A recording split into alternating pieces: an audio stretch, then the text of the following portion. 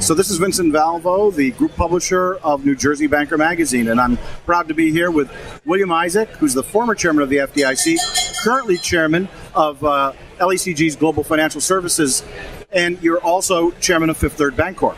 That's correct. Thank you for joining us, Bill. We appreciate it. You've come out with a new book, Senseless Panic, and in it, you talk about how the reactions to what was happening in 2008, after the Lehman Brothers, the whole financial meltdown, you think that we went too far in the approach that the government took, and it's really hurt the country since then. Is that correct? Oh, absolutely. The government, I'm not trying to absolve the private sector, because obviously a lot of people did some things in the private sector that came back to haunt us. But once this crisis began, the government terribly mishandled it. Letting Lehman go down was a terrible mistake. But they went back and forth. It was never clear that the government had a plan of action. What was the plan? Who was going to fail? How would the government react to it? They bailed out Bear Stearns. They let Lehman go. They bailed out AIG. They let WAMU and Freddie and Fannie go. Right. So back and forth, and they really panicked the markets by doing that. And then once the markets panicked, the government panicked, and they rushed to the Hill, and they proposed this terrible TARP legislation, a $700 billion purchase of toxic assets, which they never even used. They never even bought any toxic assets. Right. I was adamantly opposed to that approach. And ultimately they changed their mind and they didn't implement it, but they really scared the public, because all of our government went up to the Hill. All of the leaders of Congress said, this is financial Armageddon. Mm-hmm. We're in such serious trouble. If we don't have this bill right now, we may not have a financial system in a week. Really strong language that I think exacerbated the crisis, really hurt public's confidence tremendously, and the economy flatlined in October, and we're still struggling to recover from it. I remember when that was happening, at one point, the heads of all the state banking associations were contacted by the American Bankers Association. They said, we need your top two people on a conference call this afternoon. And when they got on that conference call that afternoon, the Treasury Secretary, Henry Paulson, was on the line saying, you need to contact your legislators and get them to vote for this, because otherwise we have 1 week before we're in complete global economic meltdown.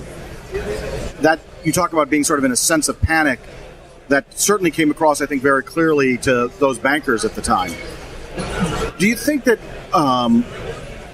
once the decision had been made to let Lehman fail, what were the 2 or 3 things that should have happened that didn't happen? Because at that point we were reacting, and I think there was a palpable fear that imminent collapse was likely.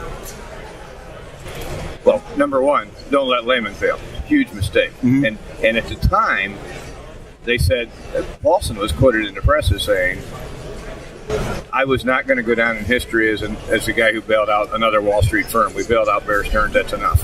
Right. That was his justification for what he did. He made a political decision, and it was a very bad decision.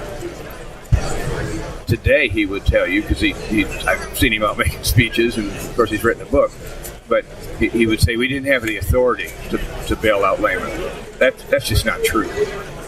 A few days later, they bailed out AIG, and the stock of AIG was the collateral. That is hardly a central banker loan. So they did bail out.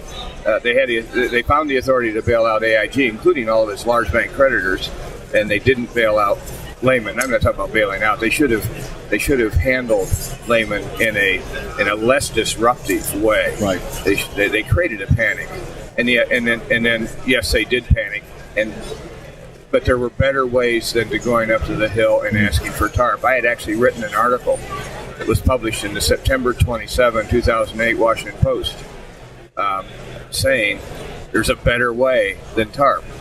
And that's why I was called by a lot of congressmen, asked if I would come up and fight this legislation on the Hill, which I did. Right. And we actually defeated it in the first vote in the Congress. I had a 4-point plan. Number one, and most important, was have the FDIC declare that this is an emergency. They had the authority, and that all creditors of banks would be protected during the period of this crisis. All general creditors of banks would be protected during this period of crisis. That would single-handedly have calmed things considerably. Also, the FDIC had the ability to make capital infusions in banks that needed it. They should have triggered that. Ultimately, that's what they did using the TARP fund. They never used it to purchase toxic assets, but the Treasury ran the program. It was highly politicized, and it favored large banks. In fact, they declared 19 of the stress test banks too big to fail. Formally declared them too big to fail because the stress test had so panicked the markets.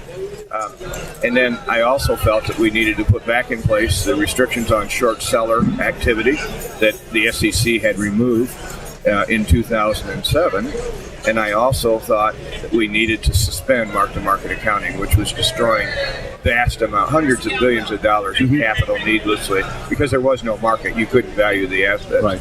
And so those are the four things I recommended. They all could have been done without legislation, without panicking the public even more. They could have calmed the system. We wouldn't have relied on taxpayer money, and we're still paying a huge price for having turned to the taxpayers. As you know, politically, it's been devastating to the industry. So I think there were surely ways to get out of this problem. This problem, I would tell you, is not nearly as serious as the problems we had in the 1980s when 3,000 banks and thrifts failed, including many of the largest institutions in the country. 9 out of the 10 largest banks in Texas failed, for example. And we handled 10 times as many failures back then as we handled in this period so far, it's without panicking the public. In your book, you spend probably at least half the book, if not a little bit more, talking about your experience at the FDIC during that bank failure period in the early 1980s, mid-1980s, and making a lot of parallels to working through these problems in a way that didn't decimate the banking industry. I thought it was fascinating. It was also interesting that in your 4-point plan, it does sound like, since you had first proposed it, although it didn't come about right then, we're slowly getting to adopt almost everything that you're saying. I think there's been a big attack now on the mark-to-market accounting and some questions about whether that's going to go away. Certainly the idea that the funds that went to the banks did go in as capital more so than as troubled assets. So a lot of what you're asking for, it looks like, Congress and the regulators finally came around to, but maybe it would have been nice if they'd paid heed a little bit faster. We are doing almost everything I suggested we did, not quite the way I would have done it. For example, when the FDIC started to guarantee the liabilities of the banking system, they set up a very awkward program where some things were insured and some things weren't, and you had to buy the insurance, and some banks didn't buy it, so it was confusing, and it cost the banking industry money, which was not needed. The banking industry didn't need that expense right then, and what I would have done is just declared a national emergency, emergency in the financial industry, and I would have said all general creditors are protected, no cost.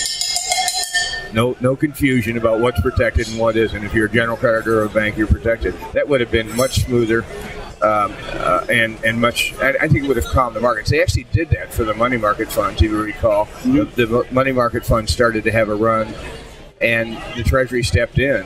I don't know where it got the authority, but it stepped in and it said all money market funds customers are insured 100 cents on the dollar.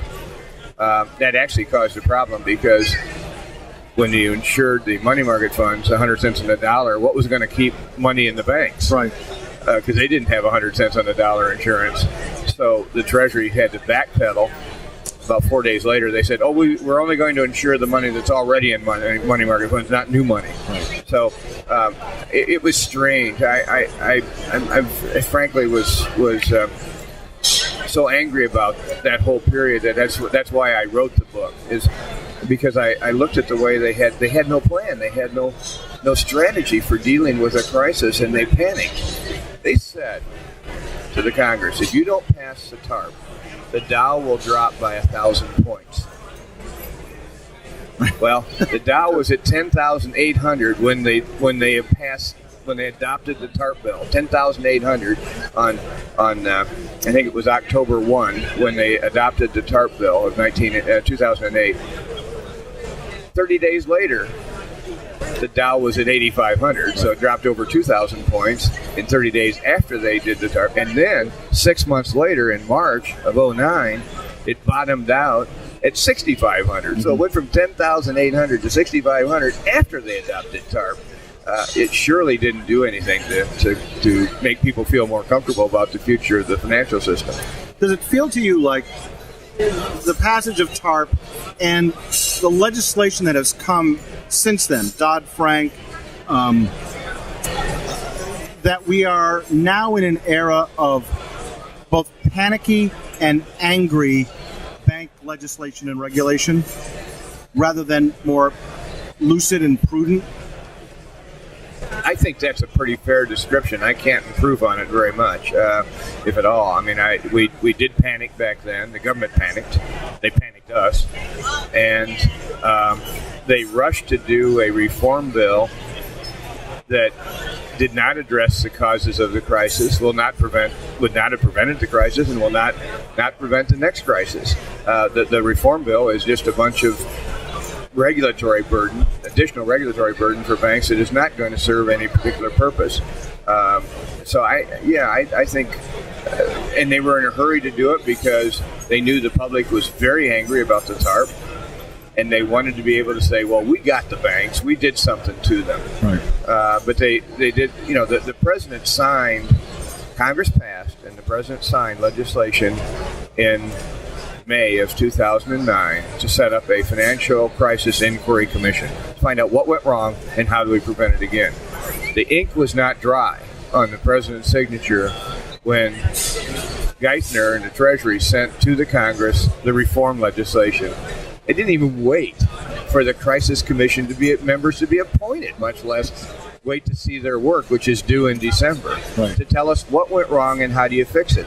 They just threw together a bill as quickly as they could. They rammed it through the Congress, and it's a horrible piece of legislation.